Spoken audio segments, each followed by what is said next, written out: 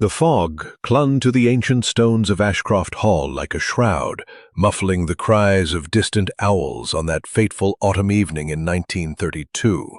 Within the grand library, shelves groaned under the weight of forgotten tomes, their leather bindings whispering secrets of bygone eras. It was here that Reginald Thorne, the devoted librarian, met his untimely end, slumped over his desk, a crimson stain blooming across his starched white shirt, an antique dagger protruding from his chest. The room reeked of aged paper and metallic blood. The only witness, a shattered clock, frozen at midnight. Who among the household's shadowed inhabitants harbored the malice to silence the keeper of knowledge forever? As the wind howled through cracked windows, one thing was certain. Death had come not as a thief in the night, but as a calculated executioner. Chapter 1. The Arrival of the Little Belgian. The fog draped Ashcroft Hall like a mourner's veil, its tendrils curling around the ancient stone turrets and muffling the mournful cries of owls in the distant woods. It was October 1932, and the English countryside lay under a pall of mist that seemed to whisper secrets older than the oaks lining the estate's winding drive. Within the grand library of the hall, a tragedy had unfolded mere hours before. A tragedy that would summon one of the sharpest minds in detective history to unravel its knotted threads. The library, a cavern of knowledge with its towering shelves and leather-bound tomes, had become a tomb. Reginald Thorne, the fastidious librarian who had served the Ashcroft family for 5 years, lay slumped over his mahogany desk, a crimson stain spreading across his starched white shirt. An antique dagger, its hilt encrusted with faded gold filigree, protruded from his chest, glinting coldly in the flickering light of a single oil lamp. The air was thick with the scent of aged paper, ink, and the unmistakable tang of blood. A shattered clock on the desk, its hands frozen at midnight, bore silent witness to the crime. The question hung heavy in the fog-laden air. Who among the household's shadowed inhabitants had wielded the blade? Hercule Poirot, the diminutive Belgian, via an urgent telegram from Lord Archibald Ashcroft, the patriarch of the family, requesting Poirot's expertise in a matter of utmost delicacy. The brevity of the message had intrigued Poirot, for it hinted at a crime layered with complexity. As the taxi halted before the imposing oak doors, a chill wind swept through the grounds, rattling the bare branches of the ancient yews. The butler, Mr. Reginald Graves, a man of severe demeanor with greying hair slicked back like a raven's wing, greeted them with a bow that was precise yet devoid of warmth. "Monsieur Poirot, Captain Hastings," he intoned, his voice as crisp as the frost on the lawn. "Lord Ashcroft awaits you in the drawing-room. If you'll follow me." The interior of Ashcroft Hall was a study in faded grandeur. The entrance hall boasted a soaring ceiling, adorned with chipped frescoes of cherubs, their painted eyes seeming to follow the visitors. A grand staircase of polished oak spiraled upward, flanked by portraits of stern-faced Ashcrofts whose gazes bore the weight of centuries. The air carried the musty scent of old wealth, tinged with wax polish, and the faint bitterness of coal smoke from distant hearths. Graves led them through a corridor lined with tapestries, their colours muted by time, to a drawing-room where a fire crackled fitfully in a massive hearth. Lord Archibald Ashcroft stood by a bay window, his portly frame silhouetted against the fog. In his 50s, with a ruddy complexion and a mane of silver hair, he exuded the nervous energy of a man accustomed to command, yet now unmoored. "Thank heavens you've come, Monsieur Poirot," he said, his voice trembling with a mix of relief and dread. "Our librarian, Reginald Thorne, was found dead last night in the library, stabbed through the heart with an old family heirloom, a dagger from the Crusades, no less. He gestured vaguely toward a side table, where a decanter of brandy sat untouched, as if seeking courage he could not muster. Poirot's green eyes gleamed with interest as he removed his gloves with deliberate care. "A dagger from the Crusades, you say? Most curious." Meeting Poirot's held a glimmer of something. Fear, perhaps, or defiance. "Madame," Poirot said with a slight bow, "I am Hercule Poirot, and this is Captain Hastings. We are here to bring clarity to this tragedy." Lady Ashcroft's lips pressed into a thin line, but she nodded. Behind her entered Miss Evelyn Ashcroft, their daughter, a vivacious young woman of 22, with chestnut curls and eyes that sparkled with a mix of grief and defiance. "Father, this is dreadful," she said, her voice catching. "Poor Mr. Thorne, he was like family to us." Yet Poirot, ever observant, caught a fleeting shadow in her expression, a hint of something unspoken. The household staff hovered at the edges of the room. Graves, the butler, stood ramrod straight, his face impassive but his hands clasped tightly. Mr. Harold Wilkins, the gardener, lingered in the hallway, his rough hands stained with earth, his eyes darting nervously. Hastings leaned toward Poirot and whispered, "That fellow looks like he'd rather be anywhere else." Poirot merely nodded, his mind already cataloguing every gesture, every glance. Lord Ashcroft recounted the discovery of the body. It was Clara, the maid, who found him. She went to deliver his evening tea and screamed the house down. Thorne was, well, you'll see for yourself. The police have been, but they're baffled. No fingerprints, no witnesses, only that blasted dagger. Poirot's interest sharpened. "And this dagger, it was taken from its case that night?" "So it seems," Lord Ashcroft replied. "The case was open, the dagger gone. We assumed it was secure, but—" He shrugged helplessly. Lady Ashcroft interjected, her voice brittle. "Mr. Thorne was a scholar, devoted to his work.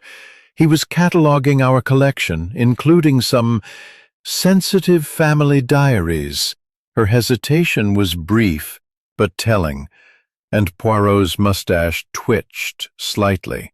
"Sensitive, you say?" he pressed gently. "Perhaps secrets that someone wished to keep buried?" Lady Ashcroft's cheeks flushed, but before she could respond, Evelyn spoke up. "He was helping me with my studies, literature, poetry," she whispered to Poirot. "But I found something in the library after it happened." She produced a crumpled piece of paper, a torn page from a rare manuscript, its edges singed as if hastily burned. Scrawled in Thorne's precise hand were the words, "The truth lies in the 3rd volume." Poirot's eyes narrowed. "A clue, perhaps, or a clever misdirection," he murmured to Hastings. "We must examine this library at once." The group dispersed, but not before Poirot issued a quiet instruction to Hastings. "Observe, mon ami.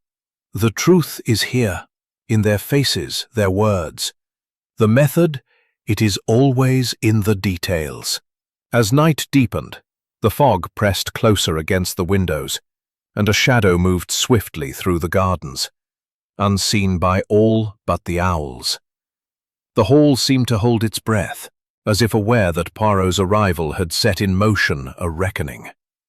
Hastings, ever practical, ventured a question as they prepared to inspect the crime scene. "Poirot, do you think this is a simple robbery gone wrong? The dagger, the missing books?" Poirot's smile was enigmatic. "Simple, Hastings. No, no. This is a crime of passion, of secrets long buried. The dagger is no mere weapon, it is a symbol. But of what, we shall see." They stepped into the corridor, the creak of the floorboards echoing like a warning. The library awaited, its shelves heavy with knowledge and menace. Poirot paused at the threshold, his hand on the brass doorknob, and whispered, "The game, it has begun." But as they entered, a faint rustle from the shadows suggested they were not alone. Chapter 2. Shadows in the Stacks. The library of Ashcroft Hall was a cathedral of knowledge, its towering mahogany shelves stretching toward a vaulted ceiling where cobwebs clung like ghostly lace. The air was heavy with the scent of ancient leather and dust, pierced by the acrid tang of spilled ink and dried blood. In the dim glow of oil lamps, shadows danced across the walls, as if the books themselves whispered secrets of the crime committed within their domain. It was here, in this sanctum of learned, lifeless form lay. The crimson stain on his shirt now darkened to a grim rust. The dagger's hilt gleamed faintly, its intricate carvings catching the lamplight, a stark contrast to the chaos around it. Open books were strewn across the desk, their pages splotched with ink, as if Thorne had been struck mid-thought.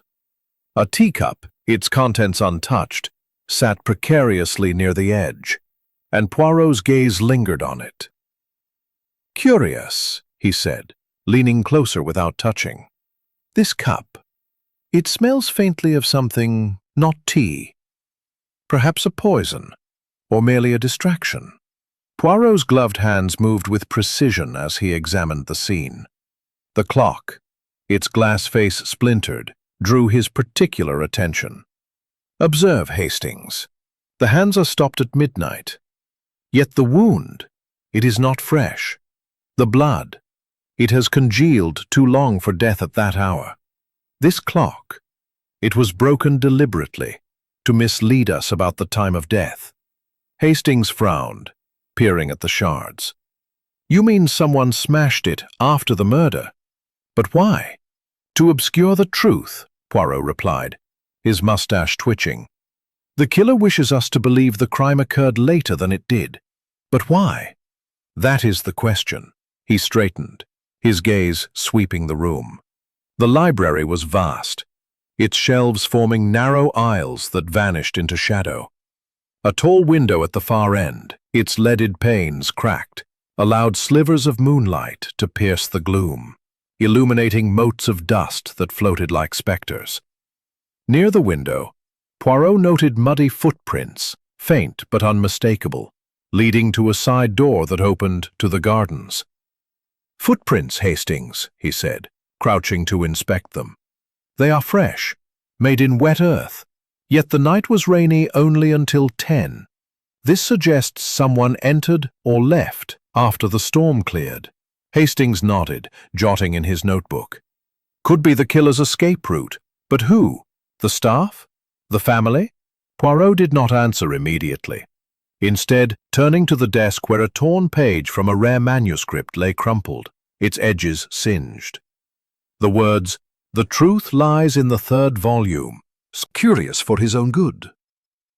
His voice faltered, and Poirot noted the way his hands fidgeted with his cufflinks, one of which appeared scratched.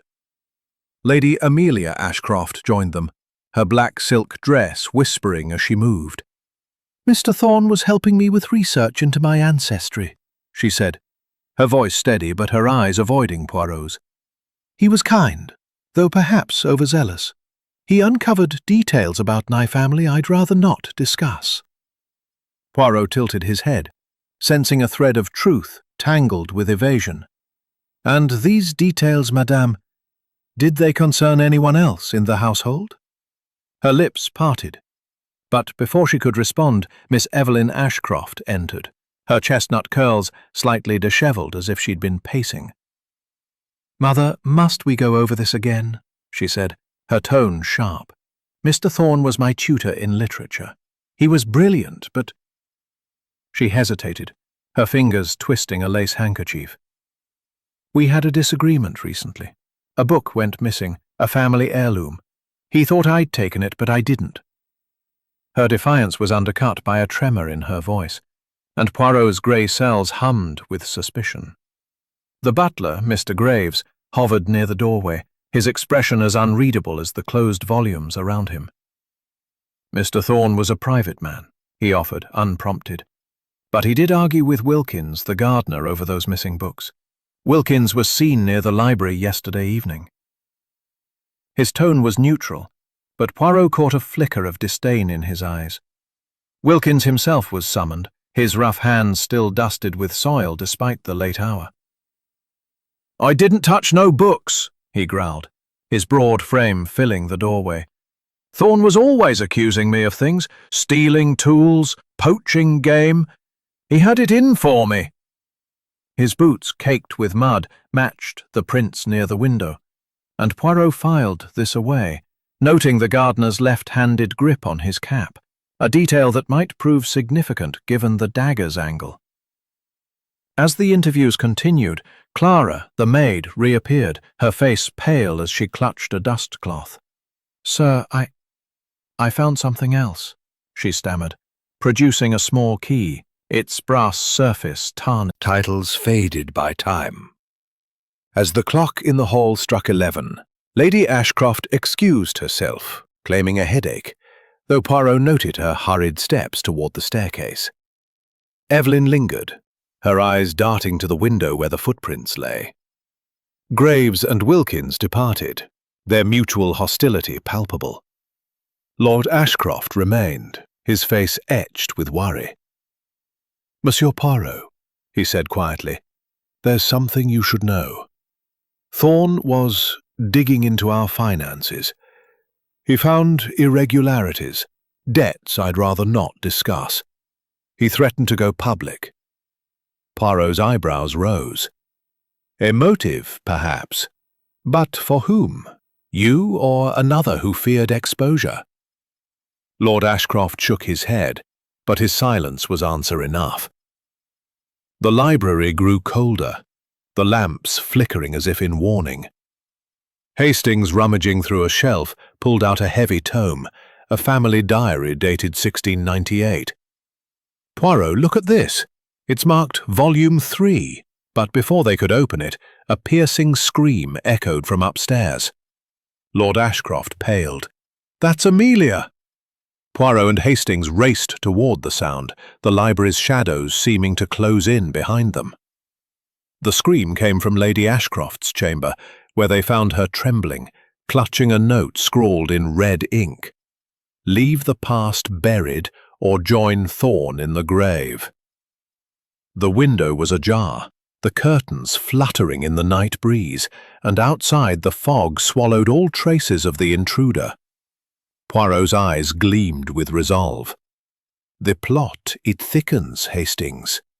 This note, it is a challenge to Hercule Poirot, and I do not back away from a challenge." But as they returned to the library, a faint creak from the side door suggested the killer was still near, watching, waiting for the next move in this deadly game. Chapter 3. Motives Unveiled. The conservatory of Ashcroft Hall was a glass-walled sanctuary, its air humid with the breath of exotic plants that wilted under the grey October sky of 1932. Orchids and ferns, their leaves drooping like mourners, framed the scene where Hercule Poirot gathered the inhabitants of the estate, brandy that trembled in his hand. Lady Amelia Ashcroft sat rigidly, her pale hands folded in her lap, a black silk dress absorbing the dim light. Miss Evelyn Ashcroft, her chestnut curls catching the faint glow of a nearby lamp, toyed with a pendant at her throat, her eyes darting between her parents. Mr. Reginald Graves, the butler, stood near the door, his posture impeccable, but his fingers twitching almost imperceptibly. Mr. Harold Wilkins, the gardener, slouched against a pillar, his dirt-stained boots leaving faint smudges on the tiled floor. The air was thick with tension, the scent of damp earth and decaying flowers mingling with the unspoken accusations that hung between them. Poirot began with Lord Ashcroft.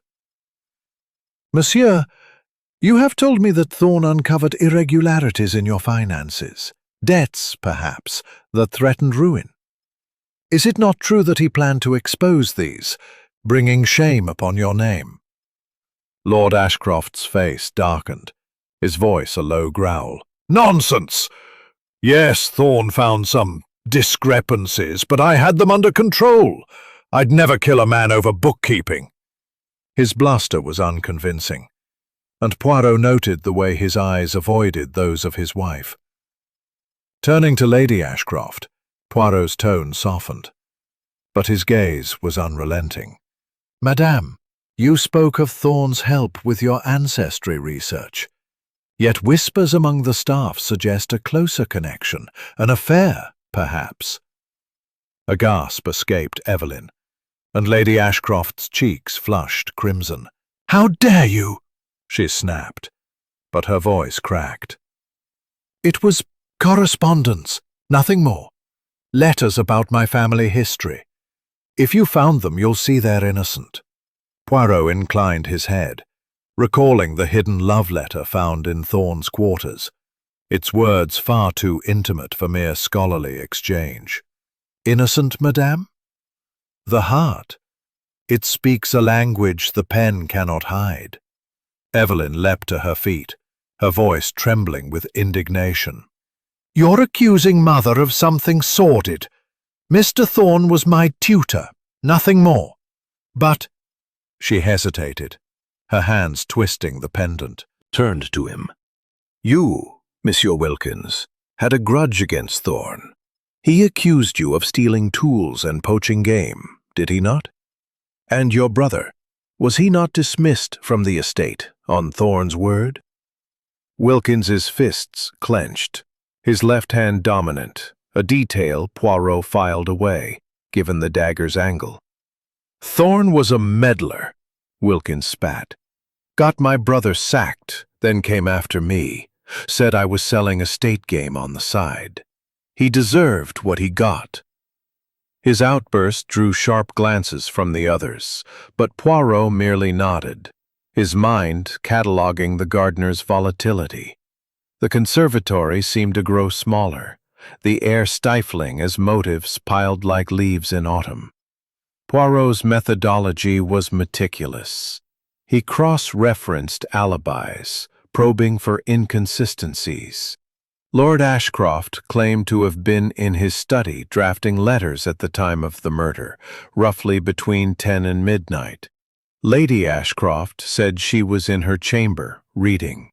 Evelyn insisted she was walking the grounds, seeking solace in the rose garden. Graves stated he was polishing silver in the pantry, while Wilkins claimed to be in the greenhouse, tending late-blooming plants.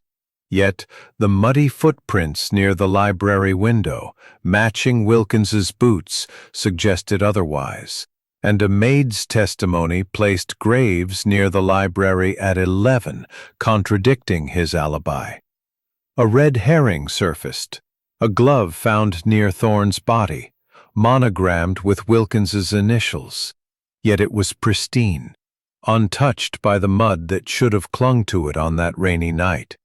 "A plant," Poirot murmured to Hastings, "to cast suspicion on the gardener." Hastings nodded, scribbling furiously. But who planted it, and why? Poirot's interrogation was a dance of words, each question a step toward unraveling the truth. He paced the conservatory, his polished shoes clicking on the tiles, his voice rising and falling for dramatic effect. The dagger, it was taken from an unlocked case. The clock, smashed to obscure the time of death. The torn manuscript page, the key, the poisoned teak. Merely a librarian, but a scholar who had unearthed secrets the Ashcrofts wished buried. The diaries, the financial discrepancies, the affair, the blocked engagement, the blackmail, all were threads in a tapestry of deceit. Yet one clue nagged at him, the footprint analysis. The mud near the window was fresh, but the library's rug showed older traces, suggesting multiple entries. Was the killer an outsider, or had someone within the household staged an external intrusion? A false clue emerged. Evelyn's diary, found in her room, contained an entry about ending it all, misinterpreted by Hastings as suicidal. "Nonsense," Poirot said, reading the passage. "She speaks of ending her engagement, not her life. Another distraction." But the poisoned teacup remained a puzzle. Tests confirmed arsenic, yet Thorne's autopsy showed only the dagger wound as fatal. Was the poison meant for him, or another, or merely a ruse? As the interrogation drew to a close, Poirot whispered to Hastings, "The truth hides in the lies, mon ami. Each suspect tells a partial truth, but together they form a mosaic." The conservatory grew darker, the lamps flickering as if in protest. Suddenly, a loud thump echoed from the library. A book, heavy with age, had fallen from a shelf, revealing a hidden compartment behind it. The group froze, eyes wide, as Poirot smiled faintly. "The hall itself speaks, it seems. Let us see what it reveals." Hastings followed Poirot to the library, where the fallen book, a volume of family history, lay open, its pages yellowed but intact. Behind it, a small hollow contained a single sheet of paper, scrawled with Thorne's handwriting. "The will is false. The third heir lives." Poirot's eyes gleamed. "A forged will, Hastings. This is the heart of the matter. But whose inheritance does it threaten?" As they pondered, the lights flickered, plunging the room into shadow. A creak from the corridor suggested someone had been listening, and Poirot's hand tightened on his cane. "The killer grows bold," he said softly, "or perhaps desperate." The chapter closed with the sound of footsteps. Dusty tomes had yielded a prize. Thorne's personal diary, its leather cover worn but intact, its pages filled with cryptic entries that promised to unravel the secrets of Ashcroft Hall. Poirot's green eyes gleamed with anticipation as he turned the diary in his gloved hands. "Mon ami," he said to Hastings, his voice a low hum of excitement. "This diary? It is the key to the mystery, but also, perhaps, a trap for the unwary. We must tread carefully." Hastings, ever practical, peered over Poirot's shoulder, his brow furrowed. "What do you mean, a trap? It's Thorne's own writing, isn't it? Surely it'll tell us what he knew." Poirot's moustache twitched, a faint smile playing on his lips. "The dead, they do not always speak plainly, Hastings. This diary may reveal truths, but it may also conceal lies planted by the killer. Let us see." They retreated to the study, a smaller room adjacent to the library, where a fire crackled fitfully in the hearth, casting flickering shadows on oak-panelled walls. The diary's first entry, dated 6 months prior, was innocuous, notes on cataloguing rare manuscripts. But deeper in, the tone shifted. "Ashcroft's secrets run deep," Thorne had written. "The will is forged. The third heir lives, hidden in plain sight." Poirot's eyebrows rose. "A forged will, Hastings. This is no small matter. It suggests a motive that strikes at the heart of the family's legacy." The study's heavy curtains were drawn, but the fog's chill seeped through, and Hastings shivered as he read aloud another entry. "Lord A fears ruin. His debts are vast, hidden in false ledgers. He knows I know." Poirot nodded thoughtfully. Thorne was no mere librarian. He was a detective in his own right, probing the Ashcrofts' past. But who did he threaten most? The household was summoned to the study, their faces etched with unease. Lord Archibald Ashcroft, his ruddy complexion now sallow, stood by the fireplace, his hands clasped behind his back. Lady Amelia Ashcroft sat in a high-backed chair, her pale fingers twisting a lace handkerchief. "Inheritance, mademoiselle?" he asked. "It depends on a will, does it not? A will that Thorne claimed was forged." Lord Ashcroft's face darkened. "That's preposterous. Our family's will is legitimate, drawn up by my father's solicitor. Thorne was meddling where he didn't belong." But his voice faltered, and Poirot's grey cells hummed. The Lord's debts, hinted at in the diary, suggested a motive to silence Thorne before he could expose financial ruin. Lady Ashcroft's composure cracked. I confess, my relationship with Thorne was more than scholarly," she said, her voice barely above a whisper. "We exchanged letters, yes, but it was a mistake, a moment of weakness. I was in my chamber that night, but I slipped out to meet him at midnight. I found him already dead." Her admission drew a gasp from Evelyn, and Poirot noted the timing. If Lady Ashcroft was in the library at midnight, the smashed clock was indeed a lie. Graves, prompted by Poirot's piercing gaze, spoke next. "Thorne knew of my past, a theft from the household, long ago. He used it to pressure me for information about the family. I refused, but he wouldn't relent." His fingers tightened around his pocket watch, a nervous tick Poirot had observed before. Wilkins, his temper flaring, interrupted. "Thorne wasn't just after me for poaching. He sacked my brother from the estate years ago, left him penniless. I hated the man, but I didn't kill him." His left-handed grip on his cap caught Poirot's eye again, the dagger's angle suggesting a left-handed killer. Yet Graves too was left-handed, a detail confirmed by his writing in the household ledger. Poirot staged a reconstruction, asking each suspect to demonstrate their movements on the night of the murder. Lord Ashcroft paced his study, reenacting his letter-writing. Lady Ashcroft mimed reading in her chamber, her steps hesitant as she described her midnight rendezvous. Evelyn walked the imaginary rose garden, her gestures theatrical but her eyes evasive. Graves polished an invisible silver tray, his movements precise. His desk, which yielded a letter addressed to Lord Ashcroft.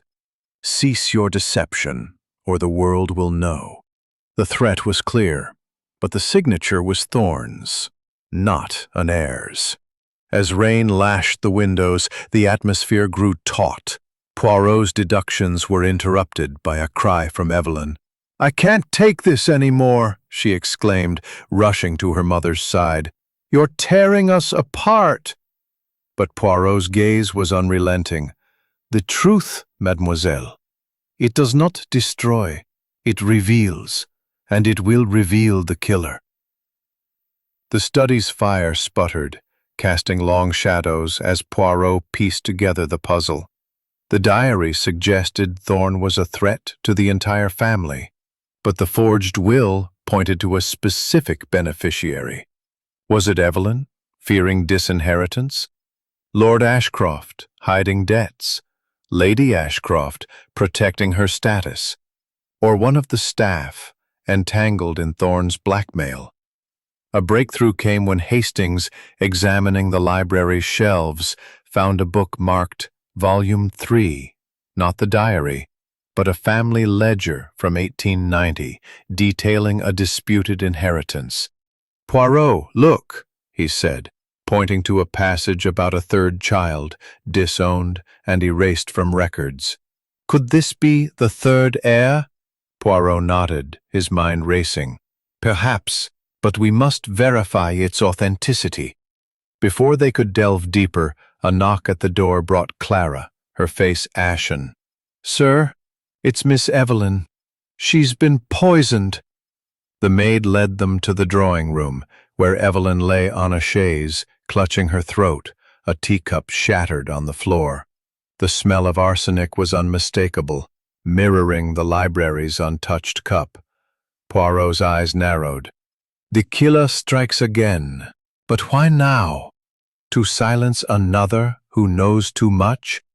Hastings rushed to fetch a doctor, while Poirot administered a makeshift antidote, his calm belying the urgency. Evelyn stirred, her breathing steadying, but the threat was clear.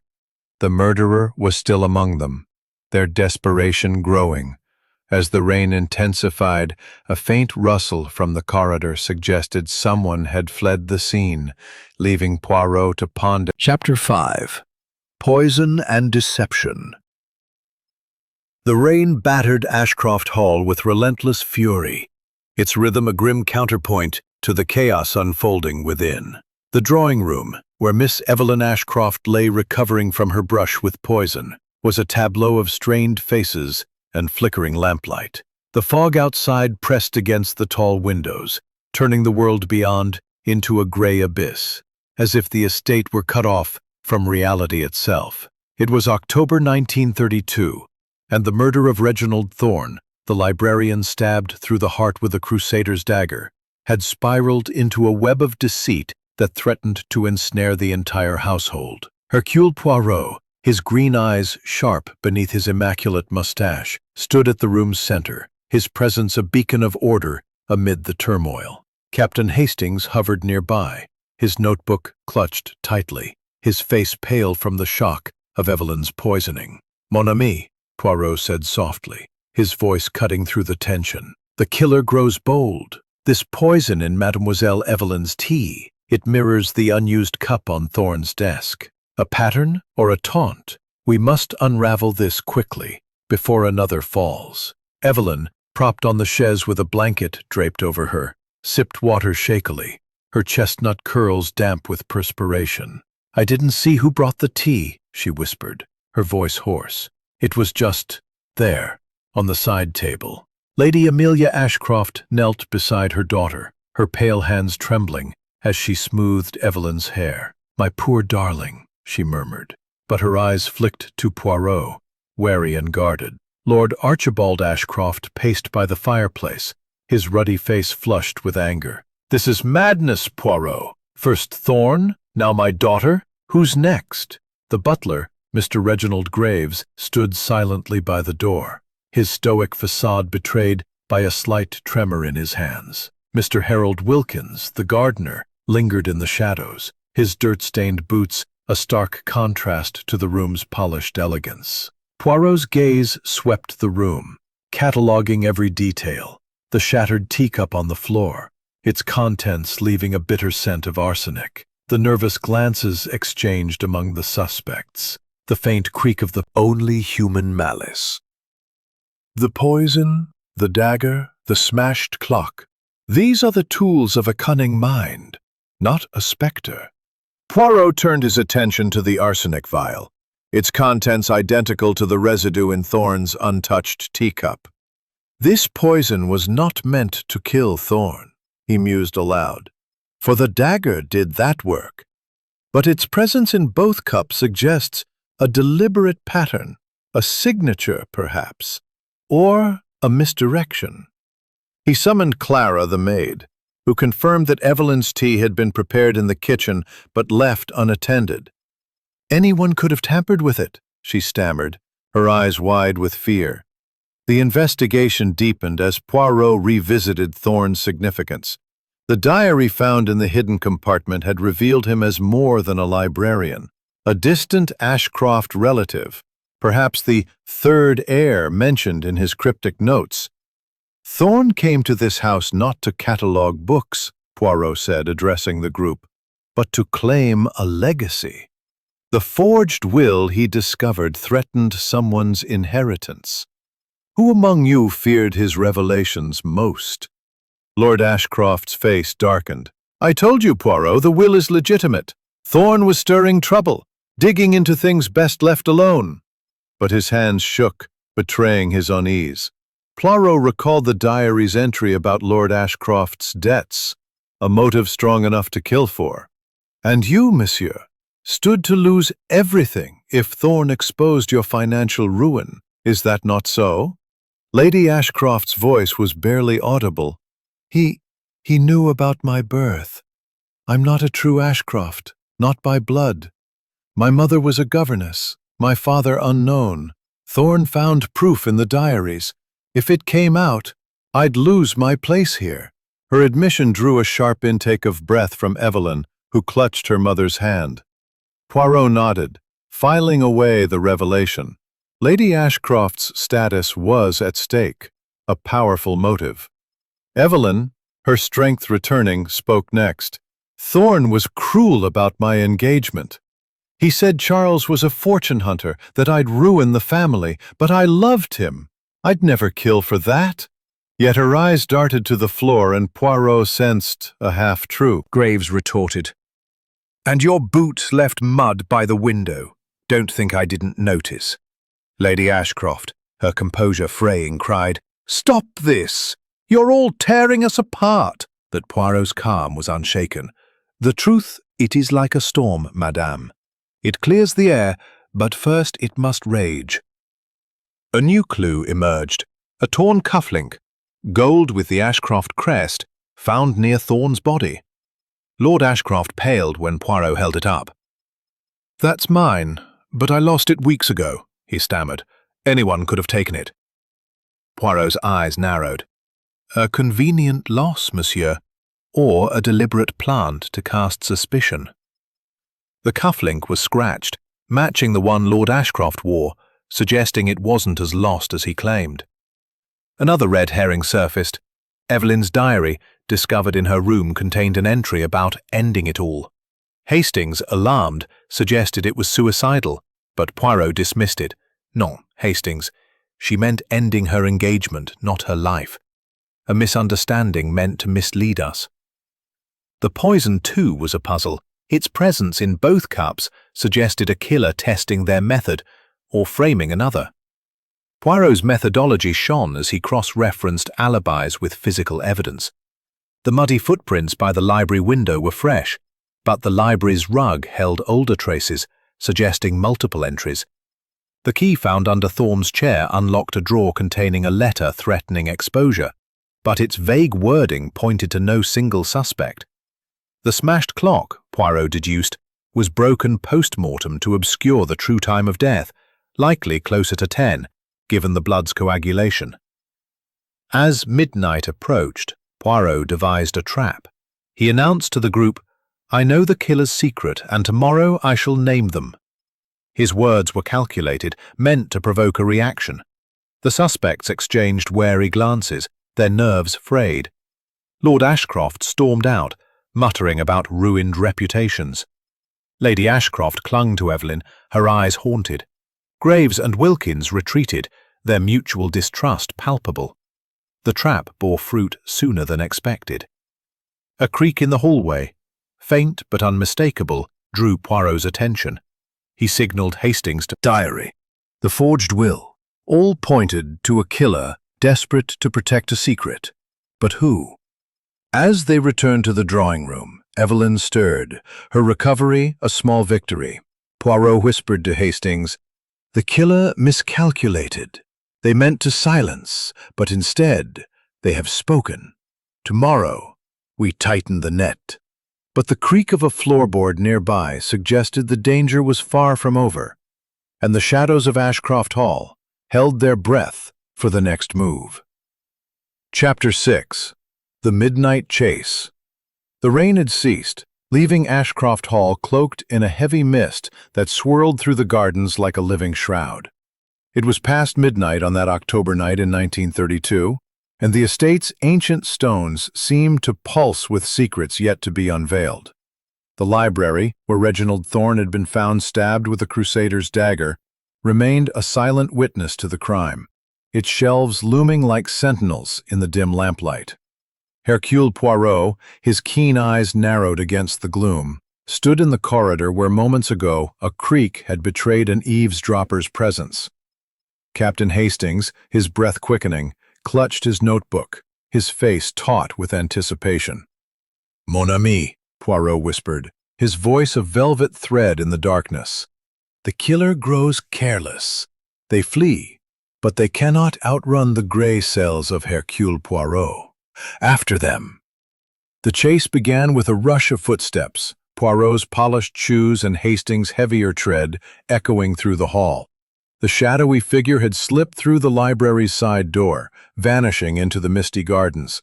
Poirot, surprisingly agile despite his fastidious demeanor, led the pursuit, his cane tapping the flagstones as they emerged into the night. The air was damp, heavy with the scent of wet earth and decaying leaves, and the fog obscured all but the faint outlines of yew hedges and stone statues. "There, Hastings!" Poirot pointed to a flicker of movement near the greenhouse, where a silhouette darted between rose bushes. The figure was clumsy, stumbling over roots, and Poirot's sharp ears caught the clink of metal, a tool perhaps, or a weapon.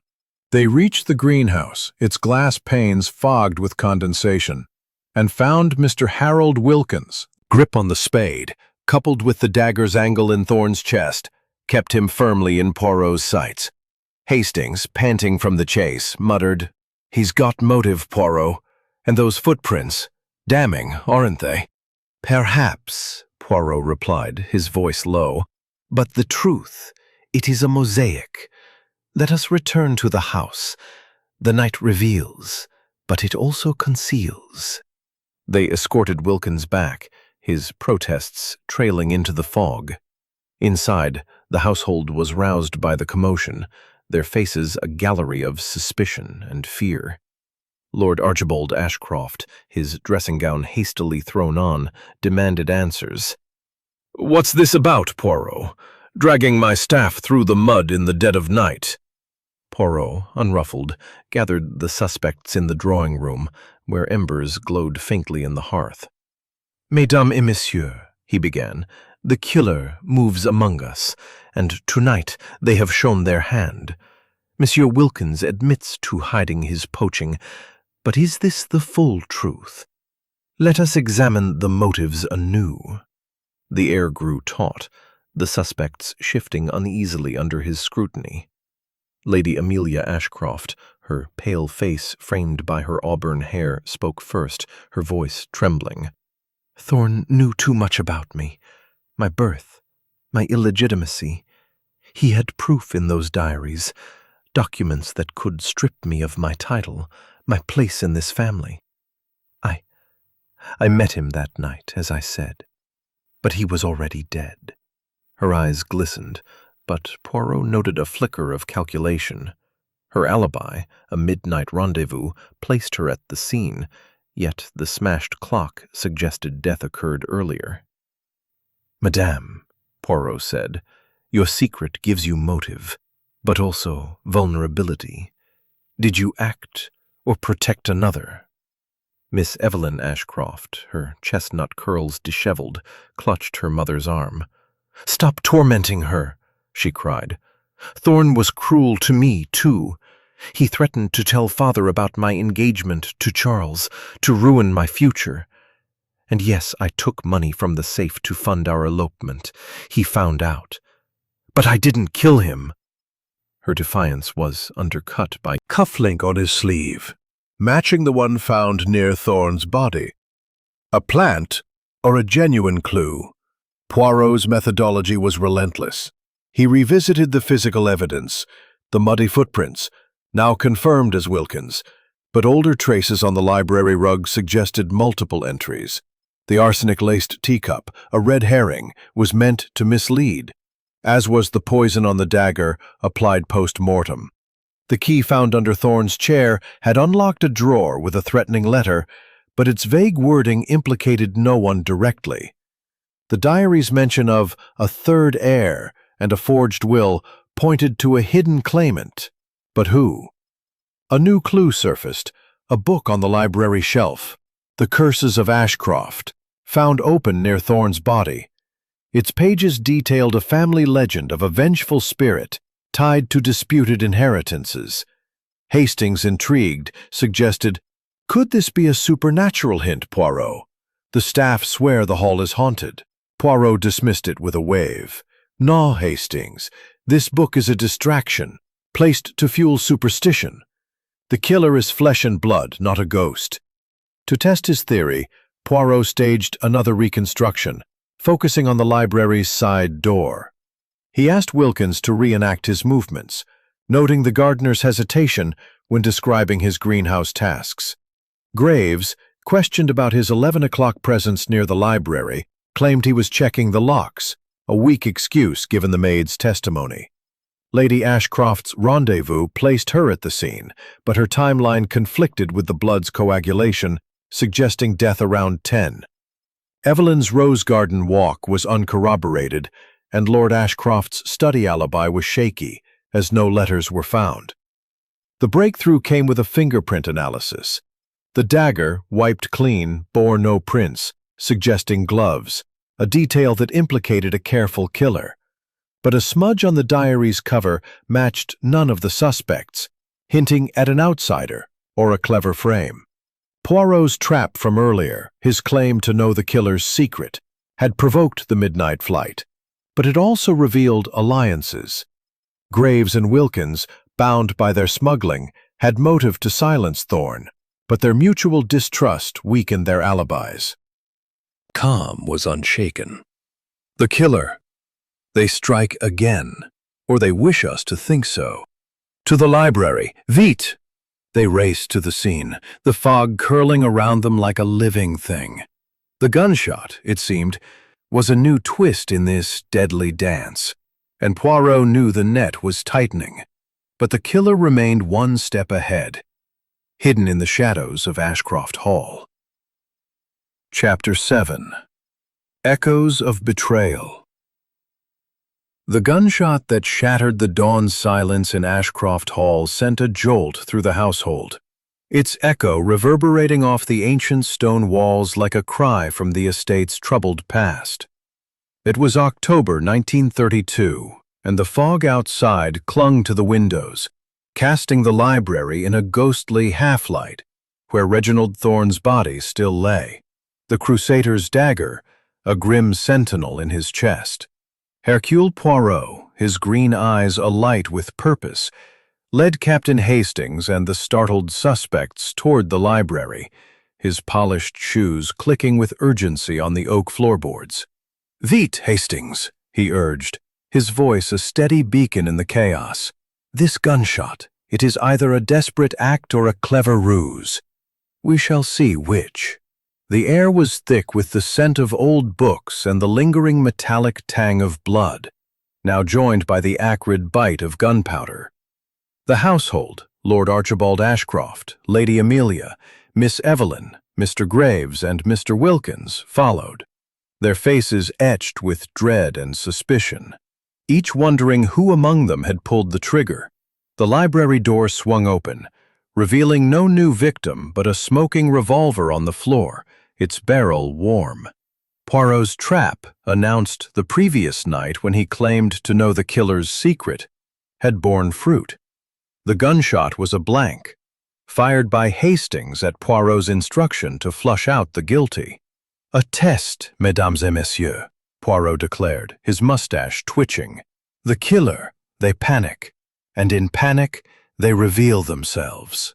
His gaze fell on Graves, whose stoic facade cracked as he stepped back, his hands trembling. I heard the shot and thought to check," the butler stammered. "I was in the pantry. I swear." Dagger's angle, though Poirot noted Graves's own left-handedness. Wilkins, his temper flaring, pointed at Graves. "You're pinning this on me. I was in the greenhouse, not shooting blanks or stabbing anyone." But Poirot's discovery of fresh mud on Wilkins's boots, despite the rain stopping hours earlier, contradicted his alibi. "Monsieur Wilkins," Poirot said, "your footprints by the library window are damning. Yet the mud is dry, impossible for a rainy night. You were there earlier, no?" Lady Amelia, her auburn hair catching the lamplight, spoke next, her voice trembling. "Thorne knew I was illegitimate, a secret that would ruin me.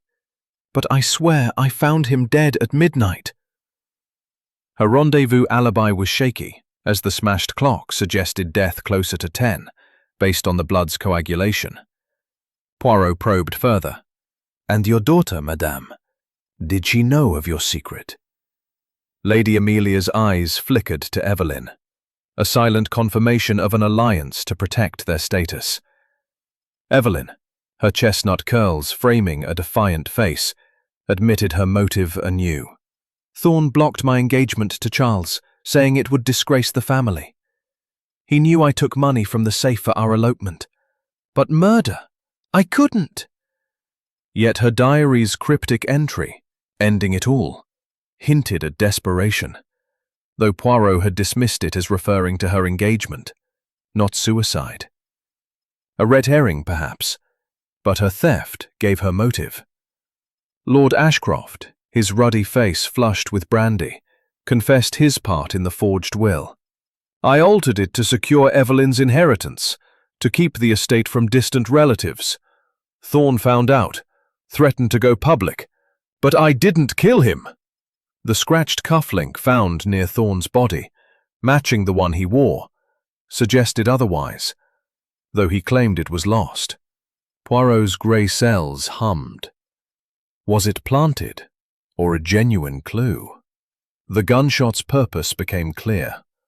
A distraction to disrupt Poirot's trap. But it had revealed Graves's proximity to the library, contradicting his pantry alibi. Poirot's methodology shone as he cross-referenced clues. The herrings, meant to confuse, but the letter found in the Curses of Ashcroft book, "The Alliance Will Fall," hinted at a conspiracy. Was A. Archibald, Amelia, or another? Poirot's psychological pressure intensified. He paced the library, his cane tapping rhythmically, his voice rising and falling for effect. "The killer, they weave a web of lies, but the threads are fraying. The clock was smashed post-mortem to obscure the time of death. The glove, the cufflink, the poison, all planted to mislead. But the diary, it speaks truth." He held up Thorn's diary, its cryptic entries a map to the motive, greed, revenge, or fear of exposure. As tensions peaked, Evelyn slipped away, her footsteps soft but deliberate. Poirot noticed, signaling Hastings to follow discreetly. "She moves towards the attic," he whispered. "There, we may find the final piece." The group dispersed, their nerves frayed, as Poirot and Hastings ascended the creaking stairs to the attic, a dusty warren of trunks and cobwebs. Evelyn was there, rifling through a chest, her face pale. "I was looking for proof of my innocence," she cried, but her hands shook, betraying her. Poirot's eyes caught a glint in the trunk, a blood-stained handkerchief, embroidered with Evelyn's initials. "Mademoiselle," he said, his voice soft but unyielding. "This is no proof of innocence." Evelyn's eyes widened, but before she could speak, a creak from below suggested another listener. The attic door slammed shut, trapping them inside, and the sound of a bolt sliding into place echoed like a gunshot. Hastings pounded on the door. "Poirot, we're locked in!" But Poirot's calm was unshaken. "The killer, they fear our progress. This handkerchief, it is a clue, but perhaps another plant. We must escape and confront the truth." Using his cane, he pried at the door's hinges, his mind racing. The forged will, the third heir, the alliance, pieces of a puzzle falling into place, but the killer's identity remained elusive. As they worked to free themselves, the attic grew colder, the fog outside seeping through cracks in the walls. The handkerchief's blood was of forgotten relics, and the faint chill of October's fog seeping through warped beams. It was the early hours of an October morning in 1932, and the estate, cloaked in mist, seemed to hold its breath as Hercule Poirot and Captain Hastings emerged from their brief imprisonment, the attic door's hinges groaning in protest. The blood-stained handkerchief, embroidered with Miss Evelyn Ashcroft's initials, lay clutched in Poirot's gloved hand, a damning clue found moments ago in a trunk where Evelyn had been frantically searching. Her claim, "I was looking for proof of my innocence," rang hollow, her chestnut curls framing a face pale with fear. Poirot's green eyes gleamed with relentless purpose as he surveyed the attic's clutter. Trunks spilling with yellowed letters, moth-eaten gowns, and a cracked mirror reflecting their tense tableau. "Mon ami," he said to Hastings, his voice a low hum of conviction. "This handkerchief is a thread in the tapestry of murder. But is it a true clue, or another of the killer's deceptions? We shall see." Hastings, his breath still quick from their escape, clutched his notebook, his brow furrowed. "It's Evelyn's, Poirot. Blood-stained, no less. She's caught red-handed." But Poirot's mustache twitched, a faint smile betraying his skepticism. "No, Hastings. The killer is cunning, and this evidence, it is too convenient. Let us confront the household, for the truth lurks in their reactions." They descended the creaking stairs, the handkerchief carefully tucked into Poirot's pocket, and gathered the suspects in the drawing room, where the fire's embers cast flickering shadows on the ornate wallpaper. Lord Archibald Ashcroft stood by the mantel, his ruddy face flushed with unease, his fingers twisting his scratched cufflink. Lady Amelia Ashcroft sat rigidly, her auburn hair catching the lamplight, her pale hands clasped tightly. Evelyn, her defiance crumbling, hovered near her mother, her eyes darting to the door. Mr. Reginald Graves, the butler, maintained his stoic posture, though his pocket watch ticked loudly, the desperation in her eyes. "And what proof, mademoiselle," he pressed, "that you did not steal from the family safe to fund your elopement with Charles, as Thorne claimed?" Evelyn's cheeks flushed, confirming the diary's revelation. Thorne had uncovered her theft, a motive for murder to protect her future. Lady Amelia rose, her composure fraying. "Leave my daughter alone," she cried. "Thorne was a menace, digging into my past, my illegitimacy. He threatened to ruin us both." Her admission deepened her motive. Thorne's knowledge of her birth could strip her of her title and status. Poirot's gaze softened, but remained unyielding. "Madame, you and your daughter, you share secrets. Did you conspire to silence Thorne, or to hide this handkerchief?" Lord Ashcroft's temper flared. "This is outrageous, Poirot. Accusing my family when your so-called clues are nonsense." He gestured to the cufflink found near Thorne's body, which he'd claimed was lost. Poirot countered, "The cufflink, monsieur, is a duplicate, too pristine to be lost weeks ago. A plant, perhaps, to shift blame?" Lord Ashcroft's face paled, his motive, hiding debts and a forged will, still potent. Graves, pressed by Poirot's scrutiny, admitted further complicity. "Thorne knew of my smuggling with Wilkins, small goods, nothing grand. He demanded I spy on the family, but I refused. That handkerchief, it's not mine." His left-handedness, like Wilkins, kept him in suspicion, as the dagger's angle suggested a left-handed killer. Wilkins, his temper barely contained, growled, "You're framing me, Graves. I was in the greenhouse, not planting handkerchiefs." But the dry mud on his boots, impossible for the rainy night of the murder, weakened his alibi. A red herring emerged. The staff whispered of a ghost sighting, a shadowy figure in the library, blamed on the hall's cursed reputation. Poirot dismissed it. No spirits, only human deceit. But this talk of ghosts, it suggests a poisoning of the mind, or perhaps the water. A clock to falsify the time of death, the glove to implicate Wilkins, the cufflink to frame Lord Ashcroft, the poison to confuse. But the handkerchief, it is a bold move. Too bold, perhaps. He turned to Evelyn, whose eyes widened. "Mademoiselle, you searched the attic. Did you plant this, or was it placed to trap you?" Evelyn's voice cracked. "I swear I didn't. Someone's framing me." Her mother's hand tightened on hers, a silent pact. Poirot's grey cells whirred. Lady Amelia's protectiveness suggested she might have planted the handkerchief to divert suspicion from Evelyn, or vice versa. The alliance hinted at in the letter, "The alliance will fall," could implicate mother and daughter, or another pair. A new clue surfaced, a misplaced book in the library, the Ashcroft Chronicles, its spine cracked as if recently opened. Inside, a hidden note in Thorne's hand read, "The safe holds the truth." Poirot's eyes gleamed. The family safe. Perhaps it contains the forged will itself. "We must inspect it." But Lord Ashcroft protested.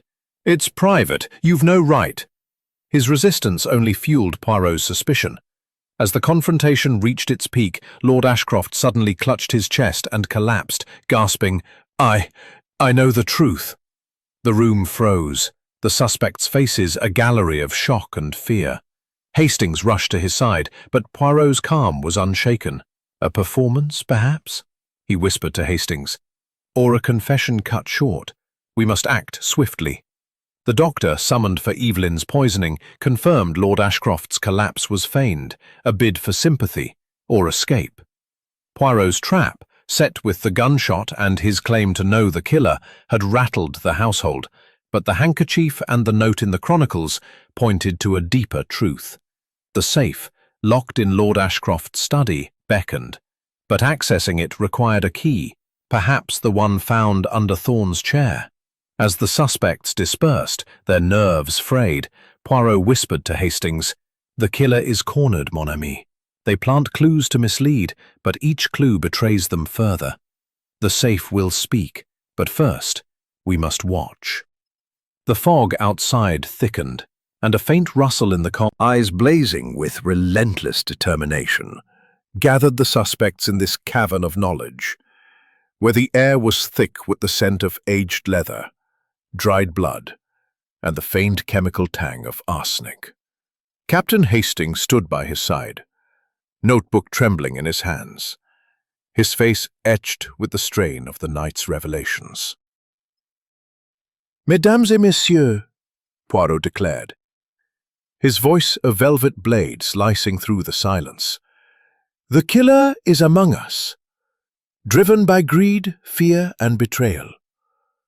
Today, Hercule Poirot will name them, for the truth can no longer hide." The suspects formed a tense circle. Lord Archibald Ashcroft, his ruddy face sallow after his feigned collapse. Lady Amelia Ashcroft, her auburn hair framing a visage of fragile defiance. Miss Evelyn Ashcroft, her chestnut curls dishevelled, her eyes darting with desperation. Mr. Reginald Graves, the butler, his stoic facade cracking under Poirot's scrutiny. And Mr. Harold Wilkins, the gardener, his mud-caked boots a silent accusation. The blood-stained handkerchief found in the attic, the cryptic note in the Ashcroft Chronicles about the safe, and the forged will mentioned in Thorne's diary weighed heavily on the room. The gunshot, a blank fired as part of Poirot's trap, had rattled them. And now, as dawn's light struggled through the fog, the net was tightening. Poirot began with the physical evidence, his cane tapping rhythmically on the floor. The dagger. It was wielded by a left-handed killer, its angle precise. Monsieur Graves, Monsieur Wilkins, both of you are left-handed, no? Graves stiffened, his pocket watch ticking loudly, while Wilkins growled, "You're barking up the wrong tree, Poirot. My boots were muddy from the greenhouse, not the murder." Poirot's eyes narrowed. "The mud, Monsieur Wilkins, was dry. Impossible for the rainy night of the murder. You were in the library earlier, perhaps, but not at the moment of death." He turned to the handkerchief, holding it aloft. "This, found in the attic, bears gave Thorne power to ruin you.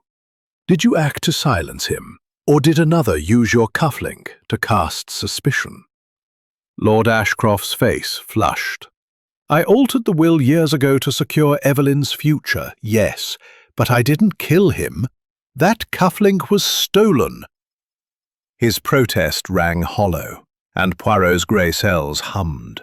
The note in the Ashcroft Chronicles, "The safe holds the truth," pointed to the family safe, locked in Lord Ashcroft's study. The key found under Thorne's chair, Poirot deduced, was its match. The arsenic, a recurring red herring, was another distraction. The poisoned teacup on Thorne's desk and the attempt on Evelyn's life were meant to confuse, not kill, as tests confirmed no poison in Thorne's body. The killer plays a game of misdirection, Poirot said, pacing the library. The glove implicating Wilkins, too clean for the muddy night. The diary's forged entries, hinting at a third heir, all designed to obscure the truth. Thorne's background, revealed in the 1890 ledger, painted him as a disgraced detective and distant Ashcroft relative, seeking to reclaim a legacy. He came not to catalogue books, Poirot said, but to expose a forged will that denied his claim. This was his motive and the killer's. The ledger detailed a disowned third child, erased from records, but was Thorne the heir or merely its discoverer? Poirot's deductions wove the clues together. The smashed clock, broken post-mortem, falsified the time of death. The footprints, a mix of fresh and dry mud, suggested multiple entries, but the library's locked side door pointed to an inside job. The letter, "The Alliance Will Fall," hinted at a conspiracy, possibly between Lady Amelia and Evelyn to protect their status, or Graves and Wilkins to hide their smuggling. The true motive crystallized. Thorne's discovery of the forged will threatened Evelyn's inheritance most directly. "Mademoiselle," Poirot said, turning to her, "Thorne opposed your engagement to Charles, a man your father deemed unworthy. He knew of your theft from the safe to fund your elopement. Did you strike him in rage, using your father's cufflink?" In a moment of fury, I used father's cufflink to throw suspicion. Her confession stunned the room. Lady Amelia gasped, clutching her daughter, while Lord Ashcroft's face crumpled in despair. Graves and Wilkins exchanged glances, their minor crimes paling against murder. Poirot's voice was gentle but firm. "Mademoiselle, you wove a web of lies, the handkerchief, the poison, the clock, all to cover your act. But the truth, it always surfaces." He explained the deductions. Evelyn's left-handedness, confirmed by her writing, matched the dagger's angle. The handkerchief was planted by Lady Amelia to protect her. The poison, a distraction by Graves to obscure his smuggling. The cufflink, stolen from Lord Ashcroft, was Evelyn's final misdirection. As police were summoned, Evelyn collapsed into her mother's arms, her confession a release and a burden. "He ruined everything," she whispered. Poirot sighed, his mustache drooping. "The human heart, it is the greatest mystery, Hastings. Greed, love, fear. They drive us to terrible acts." The library grew still, the fog outside thinning as dawn broke. The suspects, their secrets laid bare, awaited justice. Poirot's triumph was bittersweet, the weight of truth heavy on his shoulders. But as the police arrived, a faint creak from the shelves suggested one final secret lingered, waiting to be uncovered. Chapter 10. Resolution and Reflections. The fog that had cloaked Ashcroft Hall for days began to lift, revealing the estate's ancient stones bathed in the pale light of an October dawn in 1932. The library, once a sanctuary of knowledge, now stood as a silent witness to the tragedy that had unfolded within its walls. Reginald Thorne's body had been removed, but the memory of the Crusader's dagger protruding from his chest lingered, a stark reminder of the murder that had unraveled the Ashcroft household. Hercule Poirot, his immaculate mustache drooping slightly with the weight of the case's resolution, stood by the library's tall windows, gazing out at the mist-shrouded gardens.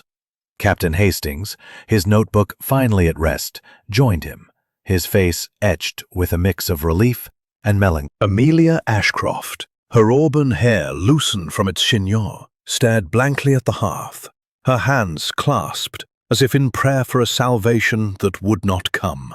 Mr. Reginald Graves, the butler, and Mr. Harold Wilkins, the gardener, stood apart. Their minor crimes, smuggling and theft, pale shadows compared to murder. The air was heavy with the scent of coal smoke and the lingering bitterness of betrayal, the fog outside retreating as if unwilling to witness the aftermath. Poirot gathered the household one final time, his presence a beacon of order in the chaos. "Mesdames et messieurs," he began, his voice steady but tinged with sorrow. The death of Reginald Thorne was no mere act of violence. It was a tragedy born of secrets, woven into the fabric of this house. Let us unravel the threads, so you may understand how Hercule Poirot brought light to the darkness. He began with the clues, his cane tapping softly as he paced. The smashed clock, stopped at midnight, was a lie to obscure the true time of death, closer to 10, as the blood's coagulation revealed. The killer, Mademoiselle Evelyn, sought to mislead us, to place her mother at the scene during her false rendezvous. Lady Amelia's eyes glistened, but she remained silent, her alliance with her daughter a silent pact now broken. The glove, monogrammed with Monsieur Wilkins' initials, was too clean for the muddy night. A plant to cast suspicion on the gardener, Poirot continued. Wilkins shifted, his mud-caked boots a testament to his presence in the greenhouse, not the library. And the cufflink, a duplicate of Lord Ashcroft's, was stolen by Evelyn to frame her father, whose debts and forged will gave him motive. Lord Ashcroft's head bowed, his confession of altering the will to secure Evelyn's inheritance a heavy burden. The arsenic, a recurring red herring, was another of Evelyn's deceptions. The poisoned teacup on Thorne's desk and the attempt on Mademoiselle Evelyn's life were meant to confuse, Poirot explained. No poison killed Thorne. The dagger was the true weapon. But the arsenic, applied post-mortem to the blade and used in Evelyn's tea, was a diversion.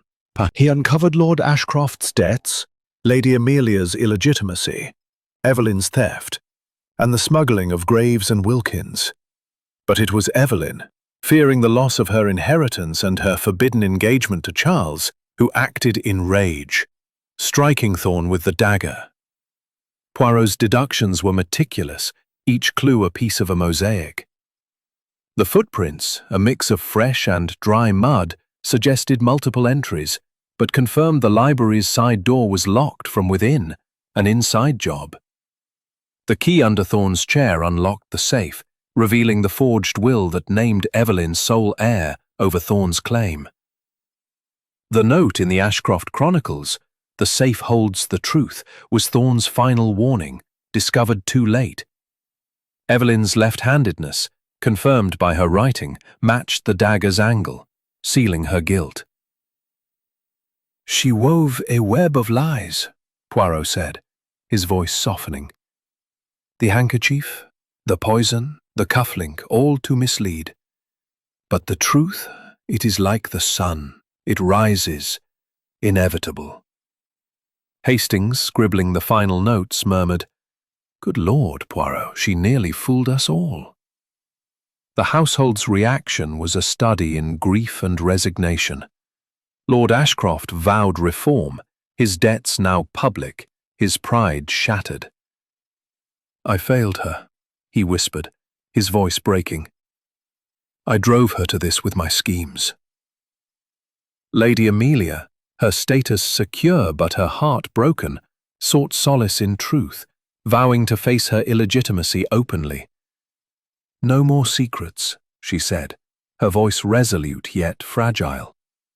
Graves and Wilkins faced minor charges for their smuggling. Their alliance frayed, but their lives spared the gallows. Thorne's death was a catalyst, Poirot said to Hastings, bringing buried truths to light. The human heart it seeks to hide, but it cannot escape justice. As the police departed with Evelyn, the hall seemed to exhale, its ancient stones settling into a somber peace. Poirot and Hastings prepared to leave, their taxi waiting in the gravel drive.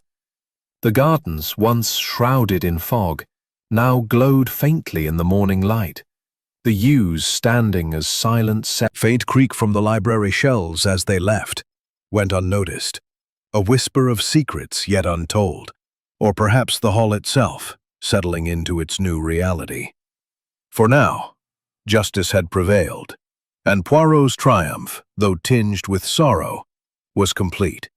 The road to London stretched ahead, and with it, the promise of new challenges for the little Belgian with the mighty grey cells.